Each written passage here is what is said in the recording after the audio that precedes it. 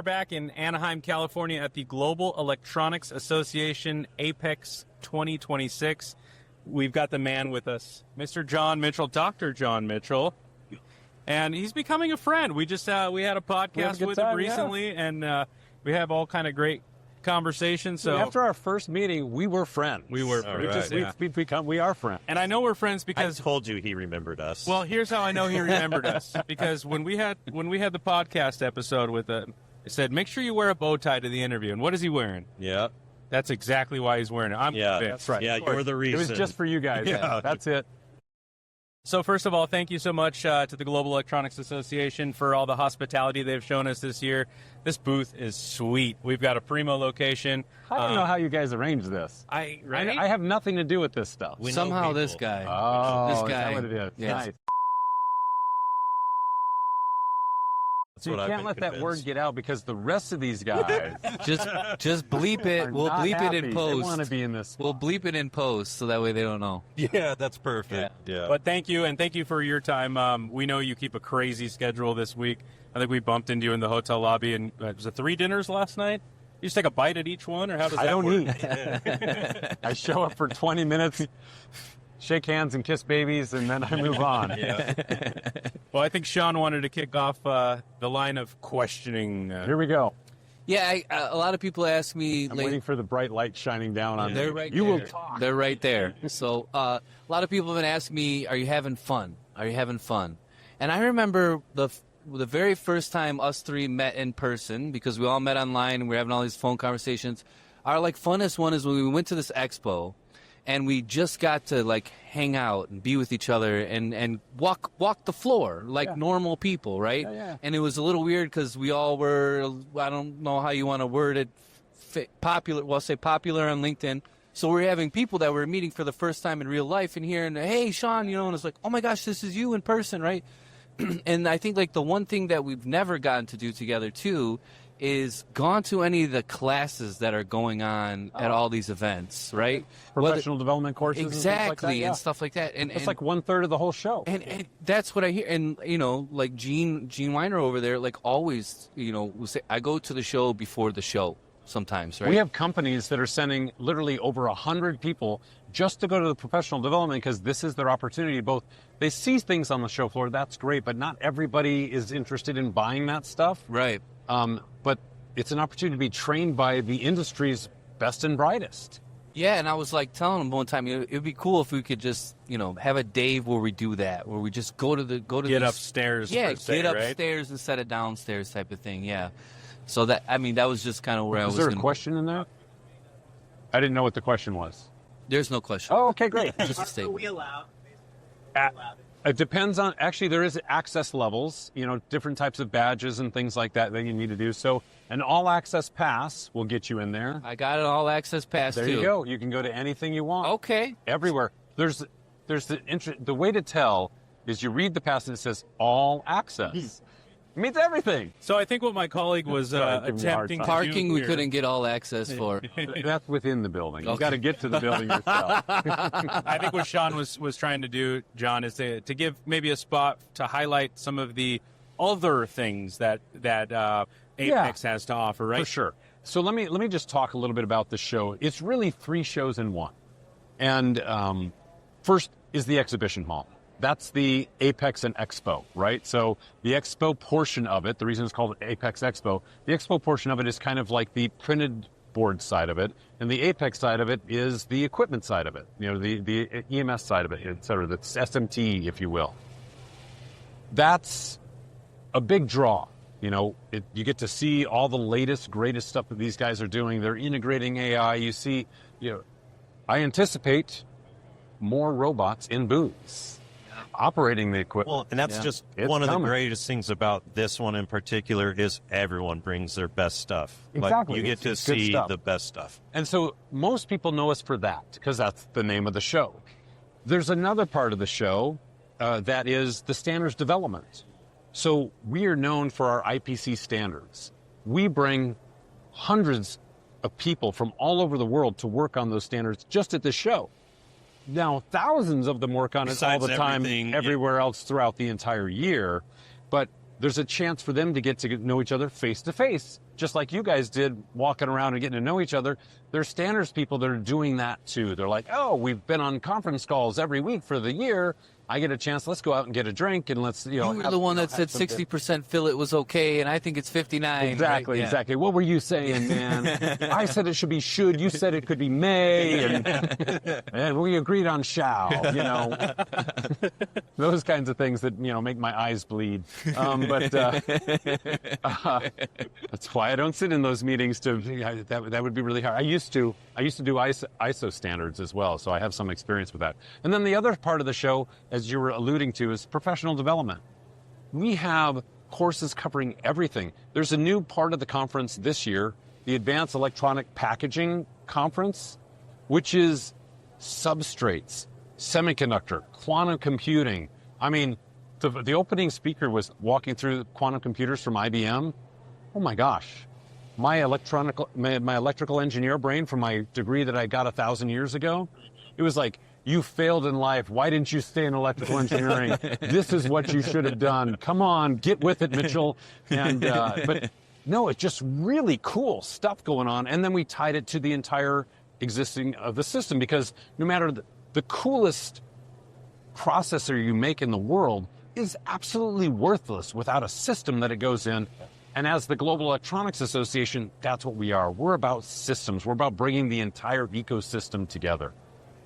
Yeah, and speaking of automation, one thing that's been really cool to see as a guy who came from Board Fab was all the Board Fab vendors here have some sort of robot attached to a machine that I have only ever envisioned in my life as a human sliding a panel this way and that. Wow. And now it's all robot vacuum here, robot vacuum here. And you don't have to worry if they're wearing gloves or if they, are or if they handling drank the wrong left. part. Honestly, I would name them after the operators that used to run those machines, right? I don't know about the ones that used to run them. That's a little creepy. It's like, Well, they retired. oh, if they retire, They then retired, fine. yeah. So they retire their name and say, by the way, I get to name the robot after Yeah, you. right. You maintain. This is the naming G. rights. This is Okay. the Jisoo Well, and this Right. brings That up a way you're concern still in the here. industry, Yeah. where people are saying, "Hey, are robots going to replace us all?"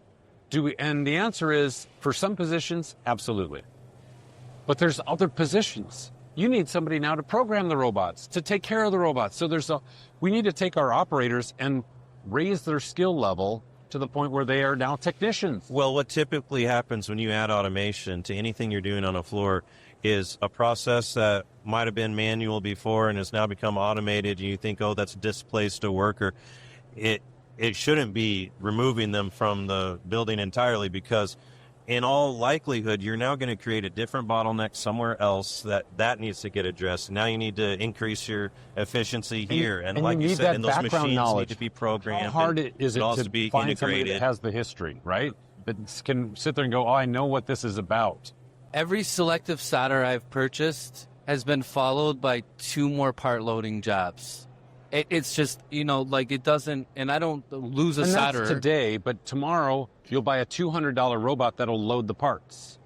I'm waiting for that one. It's close, man. I'm waiting for that. I've been in parts of the world where they're doing it. And I was like, how can this be economically feasible? Well, they can do, normally what you load for is low mix, right? High volume, low mix is the desire because you just run it all day long. They're trying to run low volume, high mix at the same rate.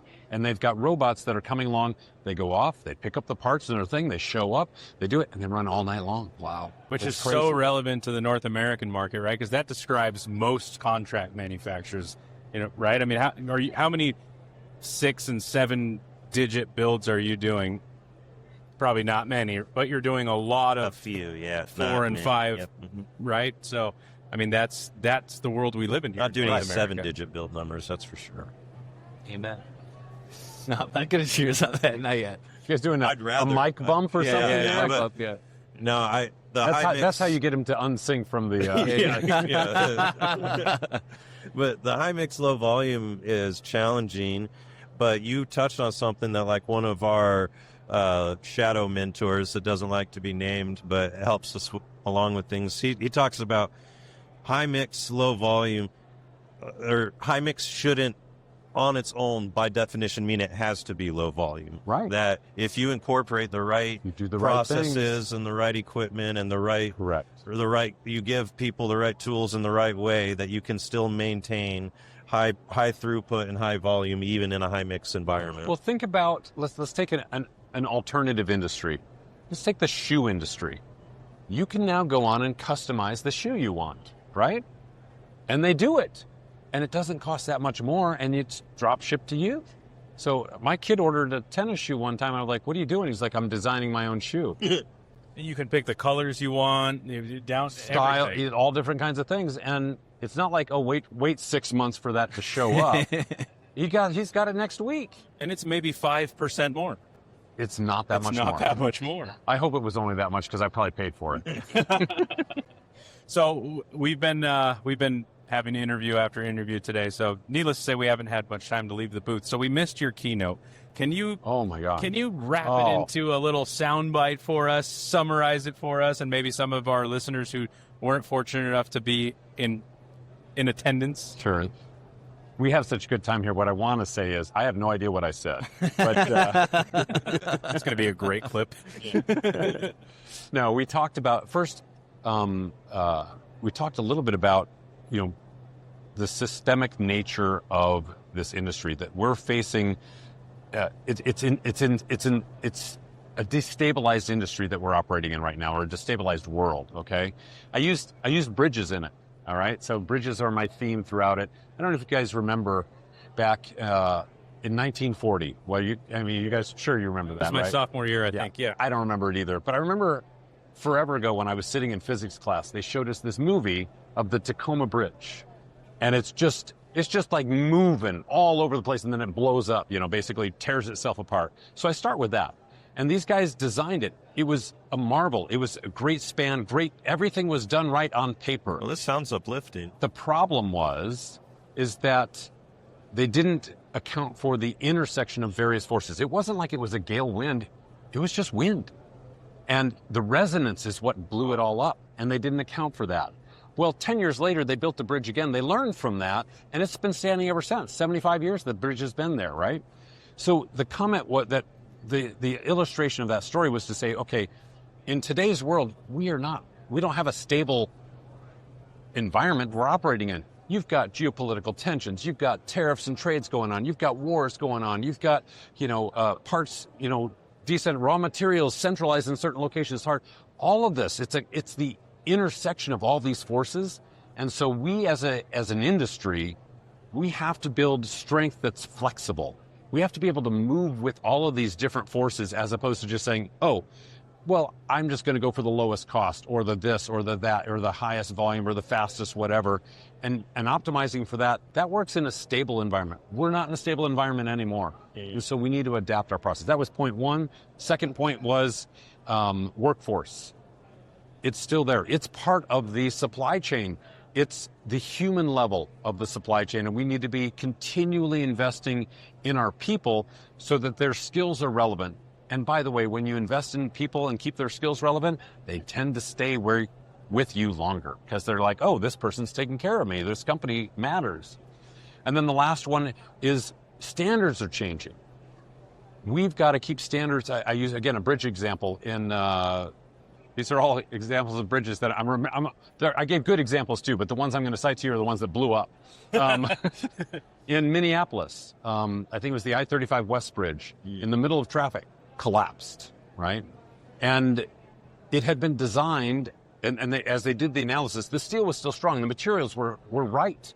Nothing wrong with it. The problem was the gussets that hold the joints together had been designed decades before and weren't ready for the new loads. And so I liken that to standards. So our standards need to be continually updated and adjusted. And that's not just the content of them, but also the delivery mechanism of them. You're going to find, instead of buying a standards manual that's a PDF or a book, they'll still be available that way. But future systems, those standards are going to be integrated via APIs right into your systems. And so we've got to be adjusting what we do to provide a much more robust ecosystem across the world. It's funny you mention workforce, because That is funny. Well, no, I've been getting asked repeatedly by all the vendors that I buy from, what are you looking for? What do you want to, are you going to buy anything here, right? Or anything. And I tell them, or what are you going to spend your money on this year? Like, what's the one piece? And I tell everybody, it's people. People. Yeah. It's people. So, a good friend of mine in the industry shared with me, I won't name his name, but his initials are Paul Baldessari. Paul's the president of Flex. He's a great guy. And he said to me, he goes, look, John, anybody can buy the equipment. We can all buy the same parts. The differentiator is the people. Yeah, and that's the thing. I have now, thankfully... Paul. I have the new equipment, right? I have all of the stuff that I possibly need. Now I need the processes and I need the people to be up-leveled in their skills. So now we're going to send them out for advanced training. We're going to send them out for more standard stuff like that, ISO certifications. We already have like the basics of... Send them here to train them at the professional development portion. I didn't know what that... I know, but now you know. Now I know. Next year you got now it. I know. Now I know. Yeah. And we have other... By the way, it doesn't just happen here. We deliver training asynchronously, online, live, so that we try to meet you guys where your needs are. I know Daniel and I have already taken advantage of some of the online training that's available, or at least I have, and some of the kind of, right, not everybody needs to have that IPC standard certification. Someone in... So there's credentials also. Bingo. There's workforce training and there's certification. One is rigorous and often is required to meet customer requirements or government requirements. The other is very much, let's transfer skills. Yes. Yeah. Yeah, one of them, I think he did in a few hours. Sorry, just one more thing on that. Sorry. If you're a member of the association, there's 6 courses you can take for free. Yeah. You can get your ESD certificate. It's a serialized credential We make for all your employees. everyone get the ESD training. Oh my First gosh, thing you do on day instead of one. paying $10 to $40 an employee for this. There's your membership dues right there, 5x. You just paid for it, There's FOD, there's safety courses, and anyway, there's half a dozen courses that you can take to help your team for free just because you're members. All things that you need and are super Exactly. relevant. Yeah, the workforce development, that's one of the things, every time we talk, I always bring up your team that works on that. Victoria, we saw her earlier, I think yesterday, and she was saying we need to get the message out there for Californian employers like yourself who need to upskill their workforce. So I attended that. Vicky, and is it called EFT, ETF? I don't remember what the actual acronym is that we've qualified for, but they had the California representative there too. Almost nobody was there. I'm like, they're missing the boat because there are tax breaks that they're going to help you do. They pay for. She gave the example of normally, a certain amount of training might cost $2,100. Well, the state will cover $1,400 of it. I mean, hello. Do we hate money? Exactly. That was the whole thing. She's literally on the mic going, for any of you that appreciate money, come listen if you've got a place in California. You don't have to be headquartered here. You just have to have facilities and people here. And there's opportunities. Now, they did admit that it takes some work, but that's what Vicky and this other person are there to do, is help you walk through it so that you can take advantage of that money. And the thing is there's dollars allocated. When they're used, they're gone. So jump in early. Sorry. And California is such a large state with such a huge EMS presence. And it's not just EMS, by the way, the same types of tax breaks, et cetera. Executive education, management education. It covers a lot of things. Now, the courses that we provide, are more in the electronics, doing type of stuff as we go. Although we do have some management training courses as well. And it's not just California, though. I mean, they will work with you in whatever state you are in to help you figure out what's available there. Because it's different in every state. It's different in right? every state. Like, I may mess this up, but like in Texas, they might give you $500,000 for your facility. And that goes towards a lot of things that you've already budgeted to pay for. Your mentor costs, et cetera, as well as the coursework that you get to use because we're qualified in that. In Illinois, it's like $10,000 per person. And you do that in different ways there. So it's just different in state. And so Corey Blaylock and Vicky, what's Vicky's last name? Hawkins, thank you. It was like Vicky H. Vicki Hawkins, they're leading up that apprenticeship program, and I believe they're in every major state where you would have facilities. So And again, use in this destabilized environment, like we started off talking, who couldn't take advantage of some of these benefits? Well, that that's are what it available, is. It's an advantage. right? Why Yes. not use it? Yeah, it's just and we just need. So my fault. It's my fault. I need to do a better job of communicating so you guys all know about this. But you guys are That's also what we were busy. waiting to get to. Exactly. I appreciate it. That was the point. Yeah. Mitchell, step it up. It's tough to reach us. It's tough to reach us. It is. You're busy. We're busy. You guys are heads down. Do the Heads job. down. Deliver it. You got customers, and I send you an email. You know, like If yeah, you- I'll get to that. If a regular mail comes, I can't tell you the last time the front office has given me a regular letter that I've opened.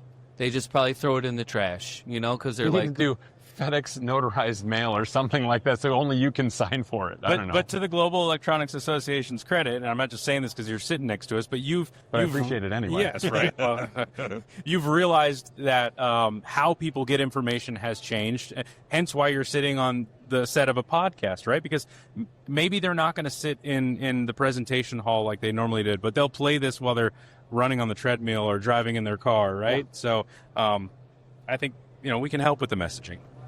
Thank you. Appreciate that.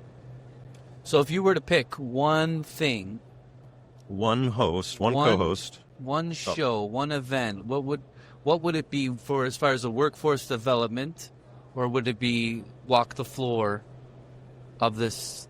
Oh, you have to choose? You have to choose. What would you It do? depends on who you are. That's a good question. That's a good answer. I mean, if I'm, like I mentioned, there's companies bringing employees here to learn. Absolutely, go to the education thing. They're not decision makers. They're not buying equipment. They're not setting up the lines. You're a factory guy, get on the floor. Be there. You're a technician trying to make sure that we can build the right standards, go to the standards.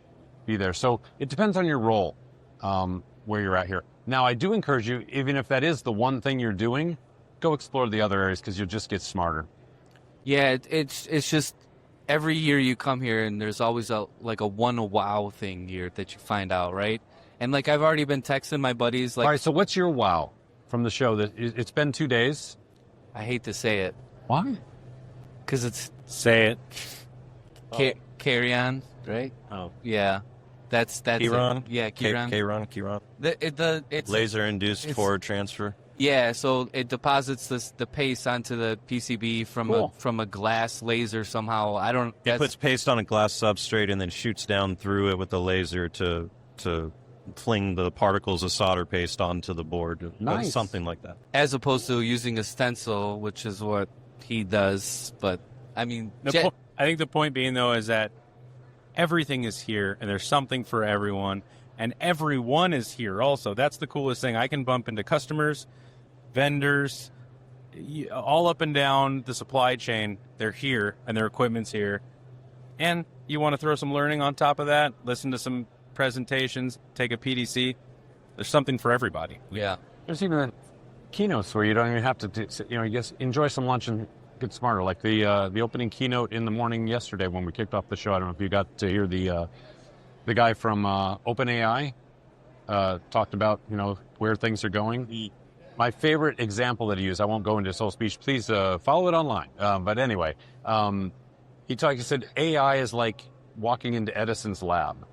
When the light bulb turns on, it's like, oh, you created a light bulb. And he's like, yeah, but, and their idea was, oh, I'll just carry this around like a lantern and that's the great breakthrough. But what he was saying is like, no, this is kind of like infrastructure. Electricity is going to go everywhere and change everybody's life. And he likened that to AI. He said, yeah, everybody's like, oh, it's amazing in this chatbot or what. He's like, no. Window on my laptop. This is infrastructure. That's going to change everything that we do and the way we do it. And that's pretty cool. I thought that was a nice I thought that was way very to think cool about too, it. Yeah. And when was the last time that something like that came around where we could say it was at that level or that scale, right? I think it was yesterday. No, you're right. I go. Sure, why not? Here we go. Yes. Yes. I've been going to CES for years. And I used to tell everybody, they're like, oh, what'd you see? Was it cool? Was it awesome? I'm like, no.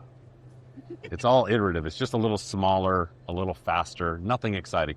I used to tell people the last thing I saw that was exciting was DVDs. I'm like, what? And then I said AI.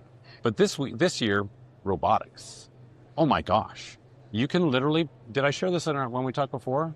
I don't know. But anyway, you can buy a robot for $5,000 now, humanoid. $5,000. It's less than a high-end refrigerator. So think about this.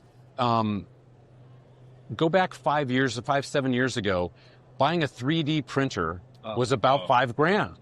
Today they're $200. Right. If robots follow that same path, in 5 years, if you can buy a humanoid robot that can do your dishes, fold your laundry, and put it away for $200, sign me up all day. I love this world.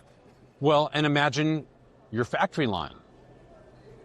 Humanoid robots for $200, or even right now for $5,000. If you could program them to do the things you talked about, the robotic arm that was moving things in and out. Yeah. Well, imagine a robot that can move around and be there. I think the world's getting ready for some big changes, people. The stuff I'm seeing with drones alone right now is Drones just is- the skies are going to be completely different in 3 to 5 years. It's going to be completely different. When we've talked about how, when humans aren't required to do some of these, highly manual jobs where it's just, okay, I've got to pick this up and move it here, and that's what I do.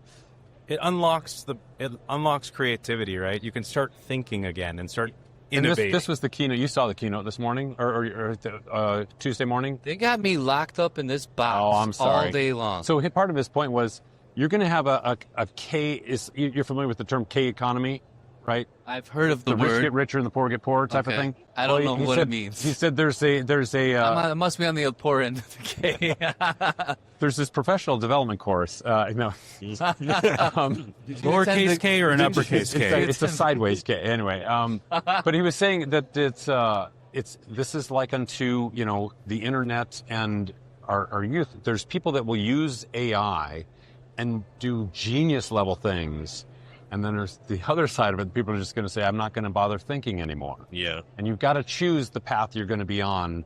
And we've got some really crazy, amazing things that are happening with some people. And you've got another set of people that are doing couch potato and never moving. So it's all up to us. That's really well said, actually. Thinking about it in that lens, you can see, and you can already see people in our own lives, right?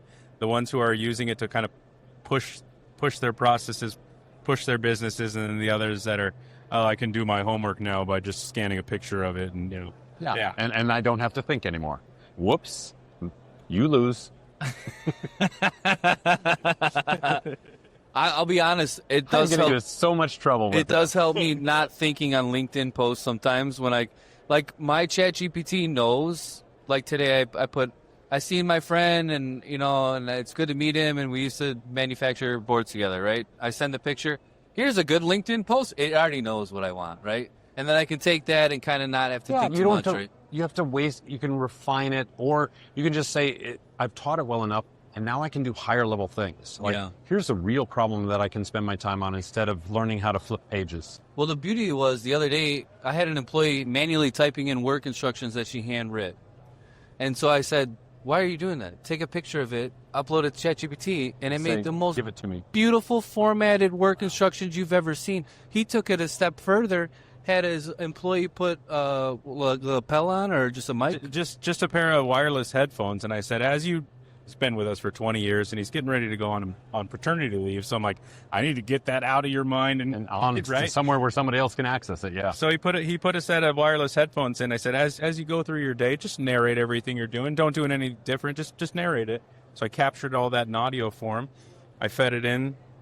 It removed all the ums. It created it into bullet points and sections and like a legitimately controlled training document. And you can also sit there and say, okay, now that you have this document, create a course for me that I can use for my teams, and it'll lay it out. I like that idea. And then it's training and it's pass and fail. I've done things where I've read articles and I'm like, that's exactly the kind of person I want to hire. And I'll feed in the URL and I'll say, write me a job description that implies all of this stuff here. We're getting some gold right now, boys. Yeah. Keep going. Don't tell my CIO that's how I hired him. But anyway, it's like, these 2 articles is what I want in a CIO. Let's write that thing. And now adjust that so it'll attract these kinds of people, and they'll read this and say, yeah, I better join. The best thing I learned recently for prompting was after you get done with your session, say, what could I have said to you in one time to get that result? Yeah. Right? Completely off topic, but the prompt that I loved is the guy says, sometimes you fight with it to try to get the right... Not sometimes. I'm always fighting with it. I'm like, you're an idiot. You wrote this wrong. This is stupid. I heard 2 prompts that I really liked. One was, be brutally honest with me and stop sucking up to me, which I thought was great because it's always too friendly. It is It's too like, friendly. just be honest with me. Great idea, I don't John. have time for the pleasantries, right? Yeah, just give me what I need. Tell me if I'm being stupid or if I'm forgetting something, just fine. The other one was, because he was chasing, he goes, you get 1 chance. I have to write whatever it was, and my job depends on the answer I get out of this right here. If it's wrong, I will get fired. And he put that kind of prompt in there. He said, I got the best answer I ever got. Nice. They call that the Eminem prompt. Is that You what it only is? get 1 shot. One shot. Dun, dun, dun, dun. The song. Sorry. When you said Eminem, I went to candy, man. I was sitting there going, M&M's? Cool. I'm hungry. Let's go with that. As opposed to, you just did one. Fun I fact. can't rap it. I wish I could. Fun fact, my wife That would be actually... must-see TV. My wife actually seen Eminem today. He was actually in talk to her at the grocery store. Get out of town. Yeah, no, it's a big That's deal. cool. I'm waiting to talk to her about it more, but One of these episodes, we'll have to share all the famous people I've met in my life. yeah. Oh my gosh. Just bizarre people. Have you met Eminem? I've not met Eminem. But Eminem, I sat you next have. to on a plane next to Henry Winkler Really? for an entire flight. Did you do the? I left him alone the entire flight Okay. until we stood up when you're waiting to get off, and I was like, now, because he was doing work. Everybody was bothering me. It drove me crazy. I'm That's like, the let Fonz, man right? get his- Yes, the Fonz. And you didn't It's do the Fonz. one. It's the guy that's in, You didn't do 1A. So standing up, I was like, so I engaged him after we were standing up and waiting in line, and I was like, how do you deal with this after 30 plus years? You know, he was the Fonz, then he was in this. He's just constantly working. He's everywhere. And he said, you know, for the most part, people are really nice and kind. I was like, well, that's really nice. And just then a guy walks up, hey, I do music. Can you put me in one of your movies?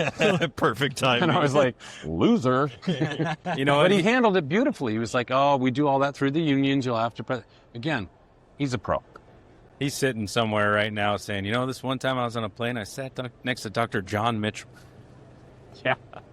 Well, John, we could do this forever, except for I think you have like 4 people who are like screaming for your Or attention. are they looking at me going, So, hey, you're supposed to be at this next thing 10 minutes ago. We'll respect your time and let you go, Thank but you. we just Hey, guys, we can't seriously, say enough. I look forward to all my meetings, but this one's a lot of fun. I'm reminded of, there's some talk show hosts in the UK. They sit on a red couch. Anyway, there was an actor on it, and at the end of it, he goes, this is the best talk show or chat show I've ever been on. That's how I feel when I do you guys. Oh, my podcasts. goodness. It's a lot of fun. That's incredible. So thank you. I want to have a You follow that conversation. up. Yeah. That's all we're trying to do is just have conversation. And, I appreciate it. and nobody says that we can't have a little fun, right? I mean, this is a my serious gosh. industry. We built some really cool stuff, and it really matters. We can do it with a smile on our face. That's right. We make everything for every industry in the world that matters. I mean, electronics, do it without electronics. Good luck. And all of those people are here, and if you want to be somebody, you should be here next year too. Apex Expo 2027, Anaheim. Yep. I think it's in April. Yep. Perfect. Well, thank you so very much, and thank you for tuning in. We hope you enjoyed this episode of the Decode Podcast. By the way, this is the best time I've ever had on the talk show.